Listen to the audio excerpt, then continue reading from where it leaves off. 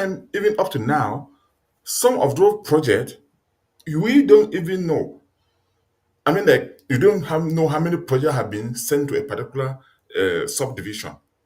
Then sometimes you just stay until you see somebody constructing a culvert or doing something somewhere. Then after some time, you don't see the workers there. It's abandoned. Then Yeah, nobody is even asking any question. So you don't even have an idea whatever is going on. yeah, that's why we are saying that we need follow up. And mind you, most of those projects that are executed, they are projects that have been sent to Lebialem by the central government because Bia is weak and ineffective. He has no control mechanism and no follow up or supervision with the projects that are handed to the people.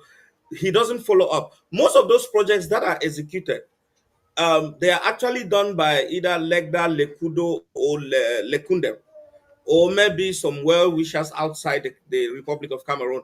And then the Mhm. CPDM cronies will adopt those projects and send to Yaoundé as though is the projects that they executed. And that's why I'm saying that we have to create this online platform, which will be created immediately before the elections. So whatsoever happens in this village, we shall have one person who is accountable. The public can always report, but we'll Yeah. have one person who gives us verified information with photos to ensure that when we post this, let's say if Vitalis constructs a project, a covered in cooperative Menji, and then it's posted somewhere, a CPDM person comes and say he did that, then we'll now have to verify who is speaking the truth, and True. then we name and shame the person who did not do it.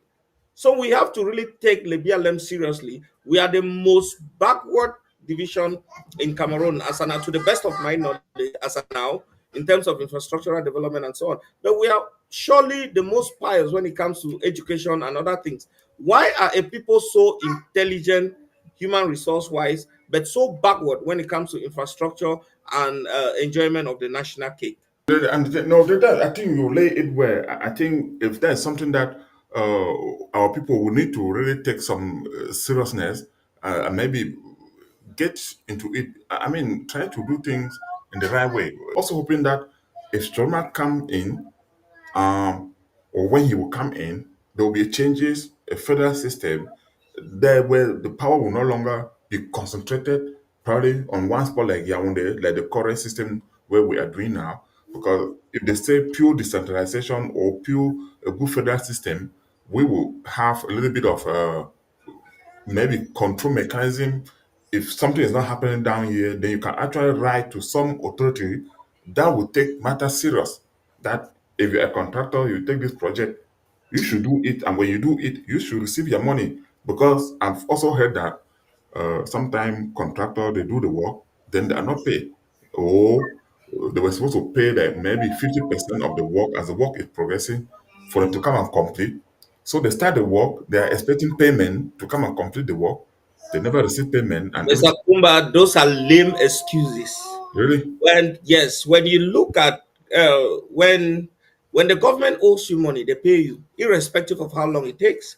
Ask them, why is it that you take the same contractor who will be saying that to you? They have executed more than 50 projects for the government. So why do you continue to take projects if you are not paid? Because if you look at the Cameroon project document, which I've been privileged to look at as a lawyer Hmm. when I was doing a case, I don't want to give the details for confidentiality reasons. You realize that a pen on a project document is 1,000 francs CFA, when maybe a pen outside is 25 francs CFA. Wow. So at the end of the day, whatever documents, whatever amount of money that reaches you is still enough to execute those projects. Let's say if they say they want to construct a culvert in Lebialem for 20 for let's say 20 million. You and I, we know that a covet is not 20 million. A covet is not even 1 million. So if they come and pay you 5 million and they're still owing you 15 million, you have already break even. You have already made profit. And that 15 million, the regime will still pay you. Except maybe a new regime comes up and they stress you. No matter how they stress you, they still end up paying you. If they're not paying you, why are you still there? What contractor do you know that has ever left the contracting business? I mean, it's just it troubles me, especially like I look at the Minji sport complex that was supposed to be a volleyball and a basketball court. You know, they used to complain to us that the insecurity with the military in Minji, with the gendarme, the police, and everybody in Minji, they do himself there. So what would they complain about? No, that when it comes to those projects, the truth is insecurity is a concern. And that's why if you want to execute those projects, you should, of course, consider those things are factored in before these projects are awarded.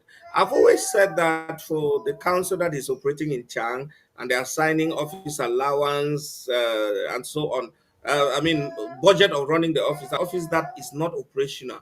If you feel that you cannot execute this project, before you took this project, the security situation was as porous as it is. So when you take the project, you don't come and use security as an excuse. That doesn't work. You, in the course of carrying out feasibility studies for any construction or any project, be it in Lebialem or wherever, you have already assessed the security situation before you accepted the project. So if you cannot execute, don't even take the project. And why is it that all of them are taking these projects and not executing? Why do you take money that you will not use? Of course, a lot of those things are going to change henceforth, especially for Lebialem. Yeah, I cannot wait to see the new energy and the younger generation No, the stepping energy in, is strong. yes, to take And the destiny into their own hand. yes, and for the Lebialem people, we state clearly that we are not against the old people because we have some elderly persons who have shown a lot of positive energy towards the development of Lebialem, towards driving a positive future for Lebialem. So all those people can still be welcomed into the train so that we make Lebialem better and bigger.